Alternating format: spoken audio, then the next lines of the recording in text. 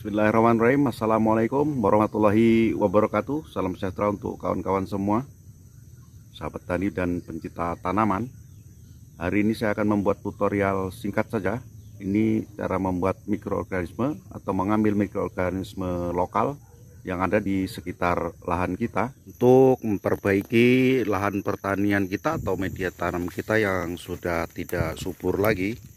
Yang mana kita ketahui setiap tanaman yang subur itu pasti di tanahnya ini harus subur. Apapun permasalahan yang kita lihat di atas, maka kita perbaikinya dari bawah. Pasti ada di perakarannya. Biasanya jika ada terjadi masalah di media tanam, masalah di akarnya, maka indikasinya akan terlihat di atas.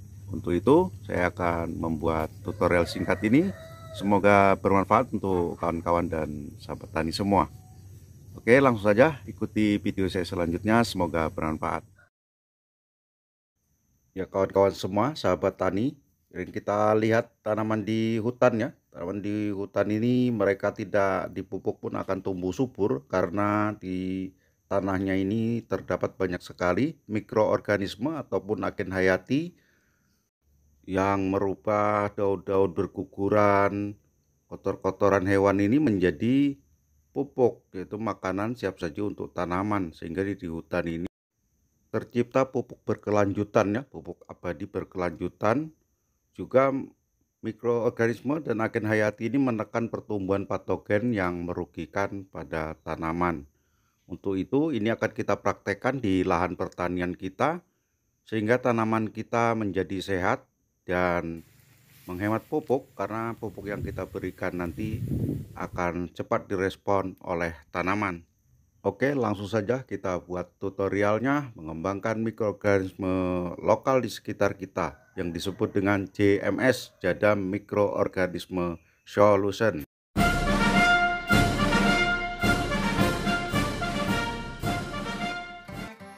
Langkah awal yaitu kita siapkan 2 buah kentang, kita potong-potong jadi beberapa bagian. Ini akan kita lakukan perebusan.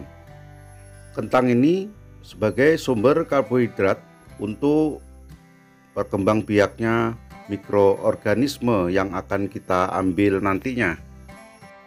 Di sini saya menggunakan kentang karena kentang ini sangat tinggi karbohidrat dan juga kandungan lainnya.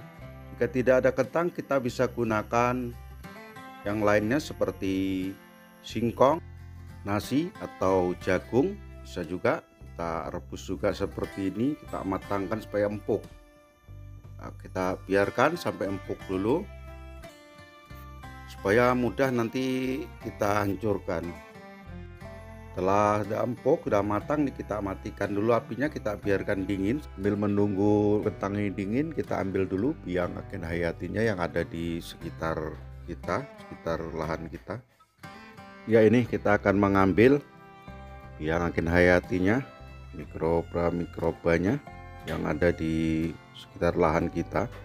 Kita gunakan yang di bawah daun-daun lapuk, di bawah pohon yang subur. Kita gunakan agen hayati atau mikroorganisme lokal ini karena mereka yang sudah terbiasa, sudah adaptasi dengan lingkungan di sekitar lahan kita ya. Kita ambil yang di bawah daun-daun busuk ini ya kawan-kawannya, banyak sekali mikroba yang sangat baik untuk tanaman, juga mikroba-mikroba pengurai bahan organik ini. Kita ambil sedikit saja, tidak usah banyak. Di bawah daun-daun ini ya, kita ambil sedikit saja, nggak usah banyaknya, kita sebagai biang saja ya, kira-kira 2 atau 3 genggam saja sudah cukup untuk melengkapi dan memperkaya agen hayati. Kita ambil lagi, kita tambahkan ini yang dari bawah rumpun bambu ya, karena di bawah rumpun bambu ini banyak sekali mikroba yang sangat baik ya, mikroba, termasuk kita nanti bisa mendapatkan mikroorganisme yang untuk PGPR, Trichoderma dan lain sebagainya nanti ya. Ya, kita ambil juga ya yang di bawah lapuk-lapukan daun bambunya ini, tidak usah banyak juga, kita ambil 2-3 genggam sudah cukup. Ini sudah banyak sekali mengandung agen hayati. Langsung saja kita ambil ya, kita bawa langsung kita bikin kawan-kawan. Ya, yang kentang yang sudah dingin ini langsung aja kita taruh di kain seperti ini. Kita siapkan 2 lembar kain ya, kain terserah kain apa saja yang penting bersih. Kita taruh semua kentangnya di sini, kemudian kainnya kita ikat saja, kita bungkus ya kentang yang tadi, kemudian kita ikat karena ini kita buat menyaring nanti ini ya, kita ikat semua di sini. Kemudian tanah yang kita ambil tadi ini sebagai biang agen hayatinya ini juga kita taruh di kain sini, kita bungkus kemudian sama kita ikat juga.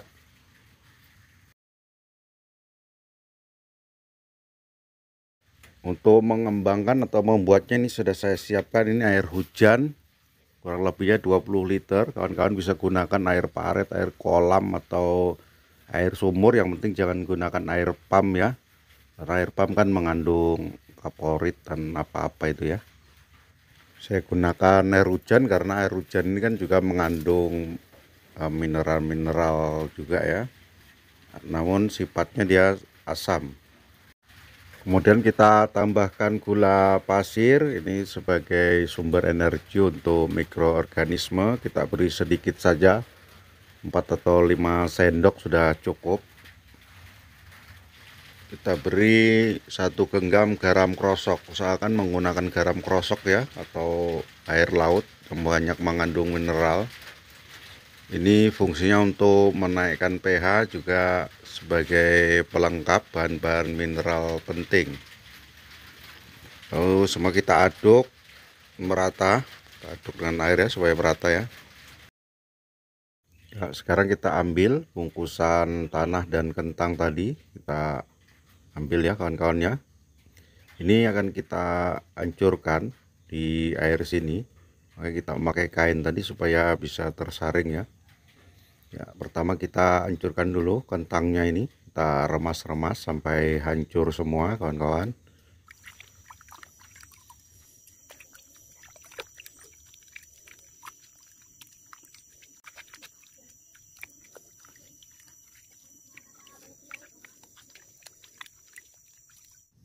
Kemudian yang tanah tadi, bungkusan tanah tadi sama kita remas-remas juga, kita hancurkan ya supaya terlarut semuanya. Ya, jika sudah hancur semua kita aduk-aduk biar merata ya, kita aduk. Nah, ini kainnya ini kita masukkan saja di sini, kita biarkan ya. Sekarang kita tutup. Tutup ini tidak usah terlalu rapat ya, yang penting tidak, kalau kehujanan air hujan tidak masuk saja. Kita tutup dan supaya tidak terkena terik matahari langsung ya, kita tutup. Kemudian kita taruh dulu di tempat yang naung, kita tunggu berapa lama nanti ini akan jadi jadam kita ini ya kawan-kawan. Ini kita lihat ya hasilnya bagaimana ya, ini yang kita buat kemarin. Ini kemarin saya buatnya kan jam 11 siang, sekarang ini sudah jam 8 pagi. Saya biarkan semalaman, ini berarti sekitar 21 jam ya. Nah, kita lihat bagaimana perkembangbiakan mikroorganismenya ini. Jika memang sudah mencapai puncaknya, nanti kita berarti siap aplikasikan ya. Buka dulu ya. Nah, ini hasilnya. Alhamdulillah ini sudah terlihat gelembung-gelembungnya sudah banyak sekali ya kawan-kawannya. Ini sudah mendekati puncak, ini sudah bisa dibilang sudah puncak, ini sudah siap diaplikasikan ini kawan-kawannya. Oh, jadam ini kawan-kawan berbeda dengan POC yang kita bikin, kan biasanya kita fermentasi tambah lama tambah bagus. Namun jika jadam ini yaitu dia batas maksimalnya itu 3 hari. Jika sudah lewat itu maka akan menurun aktivitas mikroorganismenya ini tadi ya, ini gelembung-gelembungnya ini. Jadi jika gelembung-gelembung ini atau buih ini semakin banyak, ini berarti semakin bagus. Nah, di dalam jadam kita ini sudah terdapat jutaan, mungkin miliaran mikroorganisme mikroba yang hidup di sini. Ini kita tinggal aplikasikan saja kawan-kawan. Ini sangat bagus sekali untuk memperbaiki lahan pertanian atau media tanam kita.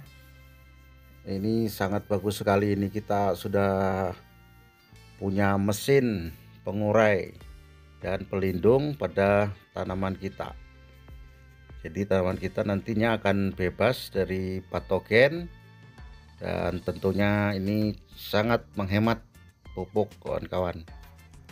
Jadi untuk aplikasinya kawan-kawannya, ini 20 liter ini tinggal kita campurkan ke satu drum air hujan atau air sumur. Jadi 1:10 ya kawan-kawan, tinggal kita kocorkan saja ke bawah tanaman atau kita spraykan ke bawah tanamannya, ke tanahnya. Untuk kita aplikasikan saja saat kita olah tanah, saat akan menanam. Ini sangat bagus sekali untuk memperkaya agen hayati mikroorganisme di lahan pertanian kita. Jika kawan-kawan ingin menggunakannya untuk memperkaya mikroorganisme saat pengomposan, ini kita pakai perbandingan 1:5 ya kawan-kawan ya. Kita siramkan saja ke kompos kita, itu nanti kompos kita akhirnya kaya akan mikroorganismenya. Oke kawan-kawan, cukup sekian video singkat saya kali ini. Semoga bermanfaat dan menjadi inspirasi. Mohon dukungannya dengan like dan subscribe-nya. Semoga video ini bermanfaat. Terima kasih.